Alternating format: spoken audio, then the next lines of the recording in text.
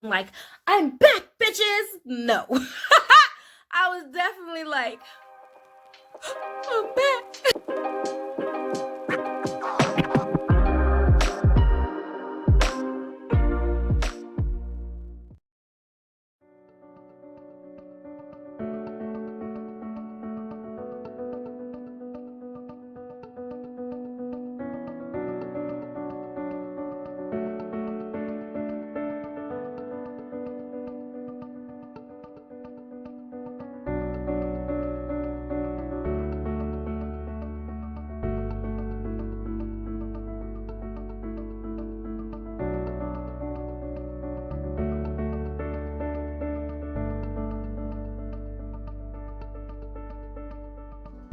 Hey, what is up, y'all? It's your girl Danielle, and welcome back to my channel. Today, we're going to be talking about the journey to healing. What did I do over the past year since my divorce?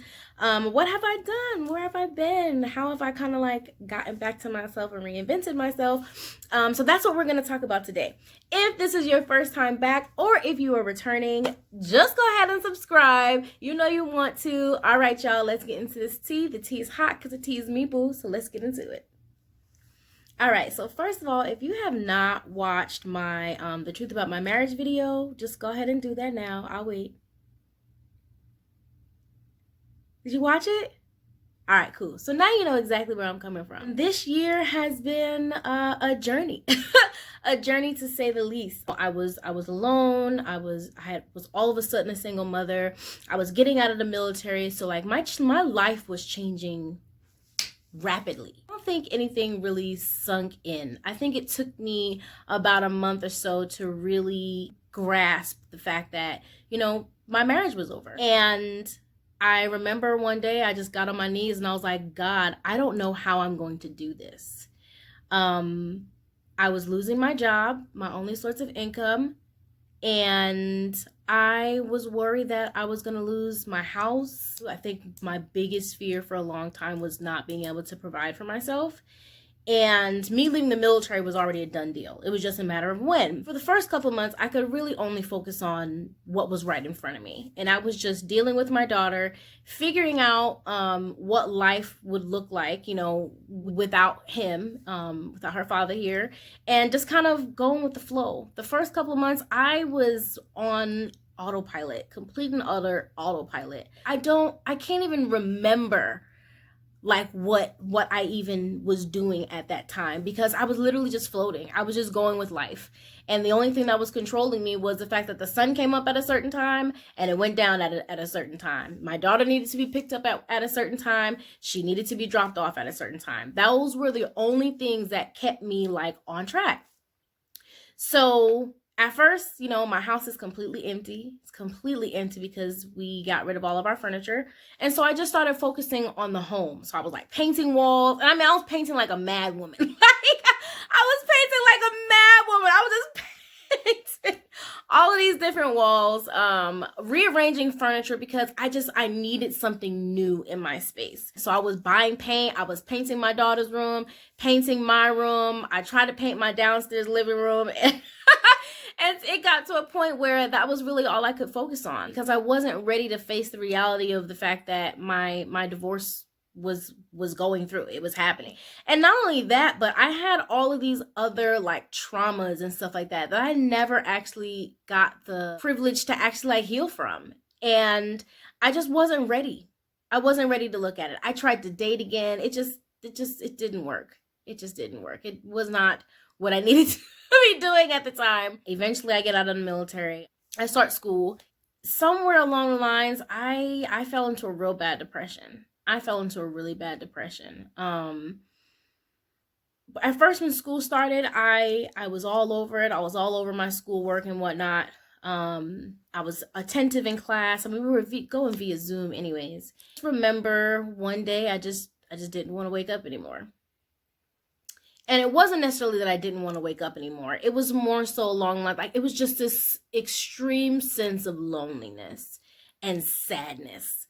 And I don't even remember when it started. I'd like to say it started in September, but I think it had been brewing for a while, even before, you know, my ex-husband and I separated. But I just remember I had no energy. I had no energy. I was barely eating. I barely showered. Um, I barely left the house.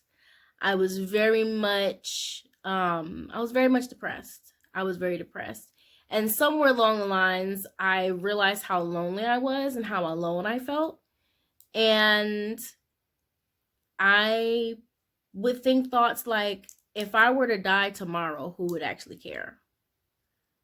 Like, I felt like that. And part of it is because I did isolate myself. I don't really like to burden people with me, or with my problems. Like, I let them know like I was lonely, but I never really told them like, I feel like if I were to die tomorrow, nobody would care. I just felt like the people that were around me just weren't there for me. And I was really sad.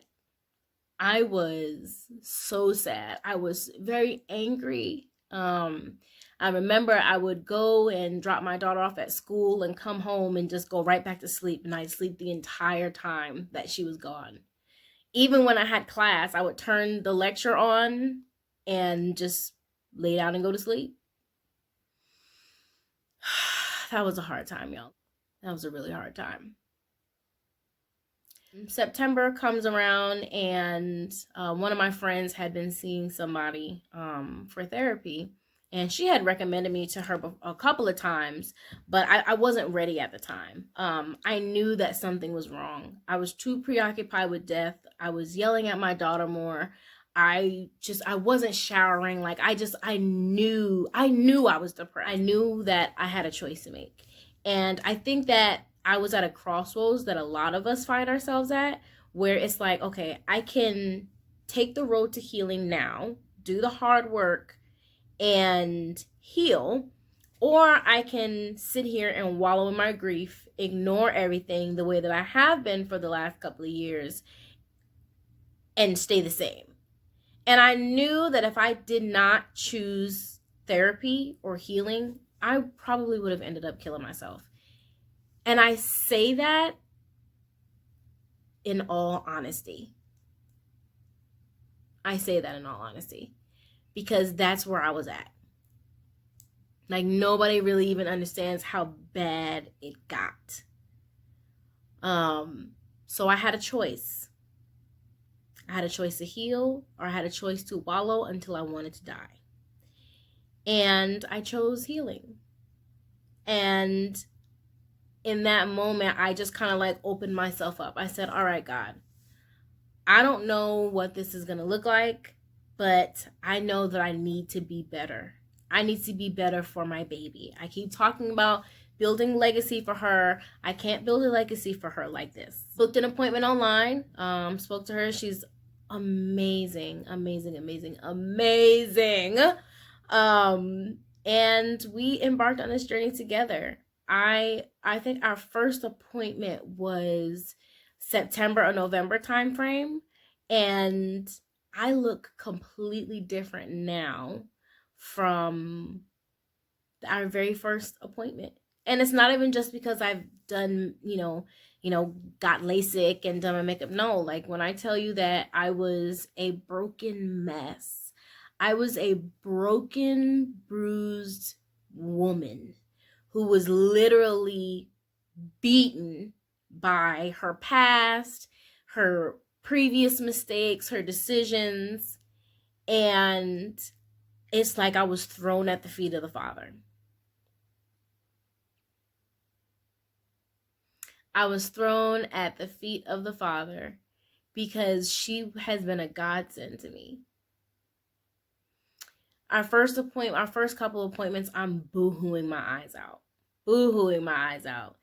And from there, I just started to be able to kind of just tap into these old memories and really began to understand myself a little bit better. There was so much trauma in my life that I didn't even remember. I had this really big fear of my house catching on fire, and I never knew where it came from because I've always had this fear. And as soon as I started therapy, I was like, oh my God, I've been in 2 fires. That explains why I have this fear. And it was buried so deep, because now I'm like, oh, I can access that memory, you know. But at the time I was like, I have no idea where this is coming from. And one time in therapy, I was just like, it was like a light bulb was just like, you've been into fire, sis. But yeah, and ever since then, I've been going to therapy. I've been really doing the soul searching work. My therapist is faith based, so talking to her has really just helped me get back in touch with myself, back in touch with God. And even just outside of therapy, you know, I just started spending more time figuring myself out. What does Danielle like? What does Danielle need? What type of mother does Faith need? That's my baby girl. And I'm still on the journey. I can't say that I'm fully healed. There's still a lot of things that I deal with, but I'm on my way. I'm on my way. I'm not depressed anymore. I go through episodes every now and then. I found ways to like lower my anxiety, which if y'all want tips on how to get back to yourself and how to kind of like pull yourself up out of, you know, an anxious mess or anxious episode, just comment down below and I will definitely do that. But yeah, the journey's not over. The journey is not over. The journey is just beginning. I've been in therapy for months. She's definitely helped me get back to myself. She's helped me learn to deal with my daughter better, how to kind of like manage my anxiety and my depression. And so now we're doing the deep work. Now we're diving into things that happened to me when I was 4 and when I was 5. And, you know, I had a lot of trauma in my life. And so when I use the analogy of a beaten, bruised woman thrown at the feet of the Father, that's what I was in that moment. So all in all, the journey to healing is not easy at all. It's not easy, but it's a journey well worth it, because lots of women find themselves at their crossroads. Lots of people find themselves at that crossroads. But my question to you is, what happens if you choose to not heal? Who's affected by that? What does that do to your bloodline? What does that do to your children? And those are the things that I had to ask myself. And that's a hard question to ask yourself, because, you know, we got to think about it. We do have a whole generation on our back. I'm literally raising the next generation. And if I am bad and I don't have high self-esteem and I'm not taking care of myself and I'm depressed, I'm passing that on to my daughter. And she's a child. So she's experiencing my depression and my anxiety with me, with the mind of a child, you know? And so I had to think about what that would do to her. Me staying the same, what did that do to her? It would have left her motherless. I can tell you that almost for a fact. But I'm grateful to God, because this journey has not been easy, but He has graced me for this time. And I want to encourage anybody out there who has suffered loss or anything like that, don't give up. I know it feels shitty right now. Focus on what you can focus on in the moment. Okay? God will find you. God will find you. So I hope y'all enjoyed this video. This is probably going to be the last video that I do about my divorce, but but I think it is important for, you know, people to just hear that it's not all rainbows and butterflies. I wasn't like, I'm back, bitches. No. I was definitely like, I'm back.